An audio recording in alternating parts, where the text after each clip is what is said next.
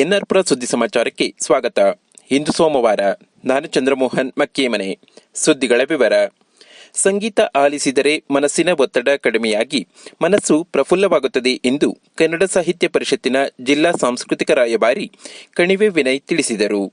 ಅವರು ಶನಿವಾರ ಸಂಜೆ ಪಟ್ಟಣದ ಹಳೆ ಅಂಚೆ ಕಚೇರಿ ರಸ್ತೆಯ ದಿವಂಗತ ಎಚ್.ಎಸ್. ಚಂದ್ರಶೇಖರ್ ಮನೆಯಂಗಳದಲ್ಲಿ ಅಂತಾರಾಷ್ಟ್ರೀಯ ಮಹಿಳಾ ದಿನಾಚರಣೆ ಪ್ರಯುಕ್ತ ತಾಲೂಕು ಕನ್ನಡ ಸಾಹಿತ್ಯ ಪರಿಷತ್ ಹಾಗೂ ಮಹಿಳಾ ಘಟಕ ಏರ್ಪಡಿಸಿದ್ದ ಎಡೆಹಳ್ಳಿ ಗಾನಕೋಗಿಲೆ 2025 ಸಿನಿಮಾ ಗೀತೆಗಳ ಸ್ಪರ್ಧೆಯ ಕಾರ್ಯಕ್ರಮದಲ್ಲಿ ಸಮಾರೋಪ ಸಮಾರಂಭದಲ್ಲಿ ಮುಖ್ಯ ಅತಿಥಿಯಾಗಿ ಮಾತನಾಡಿದರು. ಸಂಗೀತದಿಂದ ಹಲವು ಗಂಭೀರ ಕಾಯಿಲೆಗಳು ಸಹ ಗುಣಮುಖವಾದ ಉದಾಹರಣೆಯಿದೆ. ಸಂಗೀತಕ್ಕೂ ಮಹಿಳೆಯರಿಗೂ ಅವಿನಾಭಾವ ಸಂಬಂಧವಿದೆ. ನರಸಿಂಹರಾಜಪುರದಲ್ಲಿ ಇಷ್ಟು ಸಂಖ್ಯೆಯ ಗಾಯಕರಿದ್ದಾರೆ ಎಂಬುದು ಹೆಮ್ಮೆಯ ಸಂಗತಿಯಾಗಿದೆ ಎಂದರು. ಸಭೆಯ ಅಧ್ಯಕ್ಷತೆ ವಹಿಸಿದ್ದ ತಾಲೂಕು ಕನ್ನಡ ಸಾಹಿತ್ಯ ಪರಿಷತ್ ಅಧ್ಯಕ್ಷ ಪೂರ್ಣೇಶ್ ಮಾತನಾಡಿ, ತಾಲೂಕಿನಲ್ಲಿರುವ ಗಾಯಕರಿಗಾಗಿ ಕನ್ನಡ ಸಾಹಿತ್ಯ ಪರಿಷತ್ ಚಲನಚಿತ್ರ ಗೀತೆಗಳ ಗಾಯನ ಸ್ಪರ್ಧೆ ಏರ್ಪಡಿಸಿದ್ದು ಉತ್ತಮ ಸ್ಪಂದನೆ ಸಿಕ್ಕಿದೆ. ಕಲಾವಿದರನ್ನು ಬೆಳೆಸುವ ದೃಷ್ಟಿಯಿಂದ ಇಂತಹ ಸ್ಪರ್ಧೆ ಏರ್ಪಡಿಸಿದ್ದೇವೆ. ಮುಂದಿನ ದಿನಗಳಲ್ಲೂ ಕಲಾವಿದರನ್ನು ಪ್ರೋತ್ಸಾಹಿಸುವ ಕಾರ್ಯಕ್ರಮ ನಡೆಸಲಿದ್ದೇವೆ ಎಂದರು. ಅತಿಥಿಯಾಗಿದ್ದ ಜ್ಞಾನಗಂಗೋತ್ರಿ ಪ್ರೌಢಶಾಲೆಯ ಆಡಳಿತ ಮಂಡಳಿ ಕಾರ್ಯದರ್ಶಿ ಎಚ್.ಎಸ್. ಕೃಷ್ಣಮೂರ್ತಿ, ತಾಲೂಕು ಕನ್ನಡ ಸಾಹಿತ್ಯ ಪರಿಷತ್ತಿನ ನಿಕಟಪೂರ್ವ ಅಧ್ಯಕ್ಷ ಎನ್.ಎಂ. ಕಾಂತರಾಜ್ ಮಾತನಾಡಿದರು. ಸಭೆಯಲ್ಲಿ ಕನ್ನಡ ಸಾಹಿತ್ಯ ಪರಿಷತ್ ಮಹಿಳಾ ಘಟಕದ ಅಧ್ಯಕ್ಷೆ ಭಾಗ್ಯ ನಂಜುಂಡಸ್ವಾಮಿ, ಕನ್ನಡ ಸಾಹಿತ್ಯ ಪರಿಷತ್ನ ಜಿಲ್ಲಾ ಸಂಚಾಲಕ ಬಿ. ನಂಜುಂಡಪ್ಪ, ಕರ್ನಾಟಕ ರಕ್ಷಣಾ ವೇದಿಕೆಯ ಮಹಿಳಾ ಘಟಕದ ಅಧ್ಯಕ್ಷೆ ಪ್ರೇಮಾ ಶ್ರೀನಿವಾಸ್, ಹೋಬಳಿ ಅಧ್ಯಕ್ಷ ಕಾರ್ತಿಕ್ ಕಾರ್ಗದ್ದೆ, ಕನ್ನಡ ಸಾಹಿತ್ಯ ಪರಿಷತ್ ಸದಸ್ಯ ಎಚ್.ಆರ್. ದಿನೇಶ್, ತಾಲೂಕು ಕನ್ನಡ ಸಾಹಿತ್ಯ ಪರಿಷತ್ ಪ್ರಧಾನ ಕಾರ್ಯದರ್ಶಿ ನಂದಿನಿ ಆಲಂದೂರು, ಸಾಂಸ್ಕೃತಿಕ ರಾಯಭಾರಿ ರಂಗಿಣಿ ಯುವರಾವ್, ವಾಣಿ ನರೇಂದ್ರ ಉಪಸ್ಥಿತರಿದ್ದರು. ಎಡೆಹಳ್ಳಿ ಗಾನಕೋಗಿಲೆ 2025 ಸ್ಪರ್ಧೆಯಲ್ಲಿ ಕುಮಾರಿ ಮಧುರ ಪ್ರಥಮ ಸ್ಥಾನ ಪಡೆದರು. ಕೊರಲಕೊಪ್ಪ ವಿನಂತ್ ದ್ವಿತೀಯ ಹಾಗೂ ಗದ್ದೆಮನೆ ಲಾವಣ್ಯ ತೃತೀಯ ಸ್ಥಾನ ಪಡೆದರು. ಅತ್ಯುತ್ತಮ ಗಾಯಕರು ವಿಭಾಗದಲ್ಲಿ ಸಿಂಸೆಯ ವಿಶ್ರೇಯ ಪ್ರಥಮ, ವಿದ್ಯಾನಾಯಕ್ ದ್ವಿತೀಯ, ಕೆಎಸ್ ಸಿಜು ತೃತೀಯ ಸ್ಥಾನ ಪಡೆದರು. 12 ಗಾಯಕರಿಗೆ ವಿಶೇಷ ಬಹುಮಾನ ನೀಡಲಾಯಿತು. ಭಾಗವಹಿಸಿದ ಎಲ್ಲ ಕಲಾವಿದರಿಗೂ ಸಮಾಧಾನಕರ ಬಹುಮಾನ ನೀಡಲಾಯಿತು. ಒಟ್ಟು 56 ಗಾಯಕರು ಸ್ಪರ್ಧೆಯಲ್ಲಿ ಭಾಗವಹಿಸಿದ್ದರು.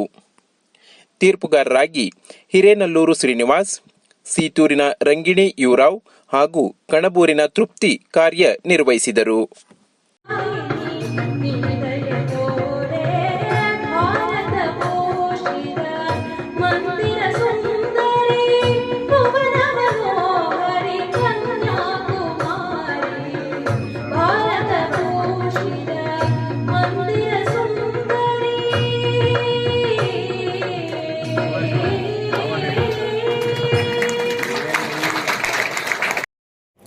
ಎಲ್ರಿಗೂ ನಮಸ್ಕಾರ. ನರಸಿಂಹರಾಜಪುರದ ಗಾಯಕರಿಗೆ ಆಯೋಜಿಸಲಾದಂತಹ ಎಡೆಹಳ್ಳಿ ಗಾನಕೋಗಿಲೆ ಸ್ಪರ್ಧೆಯಲ್ಲಿ ನನಗೆ ಪ್ರಥಮ ಬಹುಮಾನ ಬಂದಿರುವಂಥದ್ದು ತುಂಬ ಖುಷಿಯಾಗ್ತಾ ಇದೆ. ಇದಕ್ಕೆ ಕಾರಣೀಕರ್ತರಾದಂತಹ ಕನ್ನಡ ಸಾಹಿತ್ಯ ಪರಿಷತ್ನ ಅಧ್ಯಕ್ಷರಾದಂತಹ ಶ್ರೀಯುತ ಪೂರ್ಣೇಶ್ ರವರಿಗೂ ಹಾಗೂ ಕನ್ನಡ ಸಾಹಿತ್ಯ ಪರಿಷತ್ ಮಹಿಳಾ ಘಟಕದ ಅಧ್ಯಕ್ಷರಾದಂತಹ ಶ್ರೀಮತಿ ಭಾಗ್ಯ ನಂಜುಂಡಸ್ವಾಮಿ ಅವರಿಗೂ ಹಾಗೂ ಎಲ್ಲ ಪದಾಧಿಕಾರಿಗಳಿಗೂ ನನ್ನ ಧನ್ಯವಾದಗಳನ್ನ ಅರ್ಪಿಸೋಕ್ಕೆ ಇಷ್ಟಪಡ್ತೀನಿ. ಮುಂದೆನೂ ಇದೇ ರೀತಿ ಕಾರ್ಯಕ್ರಮಗಳನ್ನ ನಡೆಸಲಿ ಅಂತ ಕೇಳ್ಕೊಳ್ತೀನಿ. ಧನ್ಯವಾದಗಳು.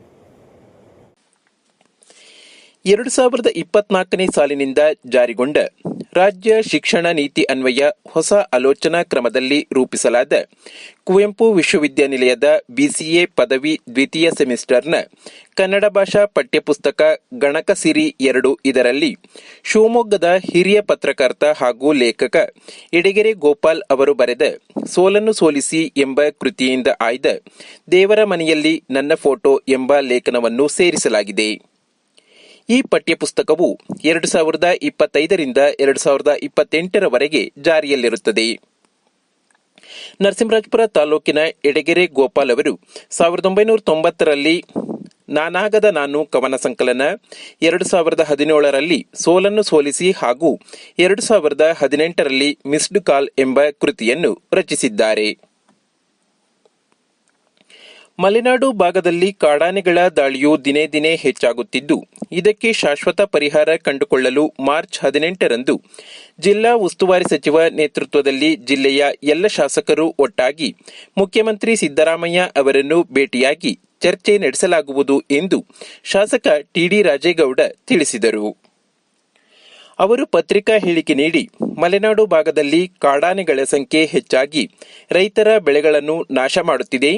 ಇದರಿಂದ ರೈತರು ಆತಂಕದಲ್ಲಿದ್ದಾರೆ. ಅರಣ್ಯ ಇಲಾಖೆಯವರು ಕಾಡಾನೆ ಹಾಗೂ ಇತರ ಕಾಡು ಪ್ರಾಣಿಗಳನ್ನು ನಿಯಂತ್ರಿಸದಿದ್ದರೆ ರೈತರ ಸಂಕಷ್ಟ ಹೆಚ್ಚಾಗಲಿದೆ. ಕಾಂಗ್ರೆಸ್ ಪಕ್ಷವು ಅಧಿಕಾರಕ್ಕೆ ಬಂದ ನಂತರ ಈ ಹಿಂದೆ ಕಾಡು ಪ್ರಾಣಿಗಳಿಂದ ಮೃತಪಟ್ಟ ವ್ಯಕ್ತಿಗಳಿಗೆ 5 ಲಕ್ಷ ಪರಿಹಾರದಿಂದ 15 ಲಕ್ಷಕ್ಕೆ ಹೆಚ್ಚಿಸಲಾಗಿತ್ತು. ಈಗ ಅಧಿವೇಶನದಲ್ಲಿ ಮತ್ತೆ ಹೊಸ ತೀರ್ಮಾನ ತೆಗೆದುಕೊಂಡು ಪರಿಹಾರ ಮೊತ್ತವನ್ನು 20 ಲಕ್ಷಕ್ಕೆ ಹೆಚ್ಚಿಸಲಾಗಿದೆ. ಆದರೆ ಪರಿಹಾರ ಜಾಸ್ತಿ ನೀಡಿದರೂ ಹೋದ ಜೀವ ಮತ್ತೆ ಬರುವುದಿಲ್ಲ. ಆದ್ದರಿಂದ ಕಾಡಾನೆಗಳ ದಾಳಿ ತಡೆಯಲು ಶಾಶ್ವತ ಪರಿಹಾರ ಕಂಡುಕೊಳ್ಳಬೇಕಾಗಿದೆ. ಈ ಹಿಂದೆ ಟೆಂಟಕಲ್ ಬೇಲಿ ನಿರ್ಮಾಣ ಮಾಡಲಾಗಿತ್ತು, ಆದರೆ ಪ್ರಯೋಜನವಾಗಿಲ್ಲ. ಮೈಸೂರು ಜಿಲ್ಲೆ ಹಾಗೂ ಇತರ ಕೆಲವು ಭಾಗದಲ್ಲಿ ಕಬ್ಬಿಣದ ಬೇಲಿ, ಸ್ಟೀಲ್ ರೋಪ್ ನಿರ್ಮಿಸಿದ್ದಾರೆ. ಅದೇ ರೀತಿ ಮಲೆನಾಡು ಭಾಗದಲ್ಲೂ ಕಬ್ಬಿಣದ ಬೇಲಿ ಅಥವಾ ಸ್ಟೀಲ್ ರೋಪ್ ನಿರ್ಮಾಣಕ್ಕೆ ಅನುದಾನ ನೀಡುವಂತೆ ಸದನದಲ್ಲಿ ಪ್ರಸ್ತಾಪ ಮಾಡುತ್ತೇನೆ ಎಂದು ಭರವಸೆ ನೀಡಿದರು. ಬೇಸಿಗೆಯ ಕಾಲ ಬಂದಿರುವುದರಿಂದ ಕಾಡಿನಲ್ಲಿ ಬೆಂಕಿ ಕಾಣಿಸಿಕೊಂಡರೆ ಗ್ರಾಮಸ್ಥರು ತಕ್ಷಣ ಸಮೀಪದ ಅರಣ್ಯ ಇಲಾಖೆಯ ಸಿಬ್ಬಂದಿಗಳಿಗೆ ಮಾಹಿತಿ ನೀಡಬೇಕು ಎಂದು ನರಸಿಂಹರಾಜಪುರ ವಲಯ ಅರಣ್ಯಾಧಿಕಾರಿ ಪ್ರವೀಣ್ ತಿಳಿಸಿದ್ದಾರೆ. ಕಾಡಿಗೆ ಬೆಂಕಿ ಹಚ್ಚುವುದು ಅರಣ್ಯ ಕಾಯ್ದೆ ಪ್ರಕಾರ ಅಪರಾಧವಾಗಲಿದೆ. ಕಾಡಿಗೆ ಬೆಂಕಿ ಬಿದ್ದರೆ ಪ್ರಾಣಿ, ಪಶು ಪಕ್ಷಿಗಳು ಹಾಗೂ ಅಮೂಲ್ಯವಾದ ಅರಣ್ಯ ಸಂಪತ್ತು ನಾಶವಾಗುತ್ತದೆ. ಜೊತೆಗೆ ಪಶು ಪಕ್ಷಿಗಳ ಮೊಟ್ಟೆಗಳು ನಾಶವಾಗುವುದರಿಂದ ಪಕ್ಷಿಗಳ ಸಂತತಿಯೂ ನಾಶವಾಗುತ್ತದೆ.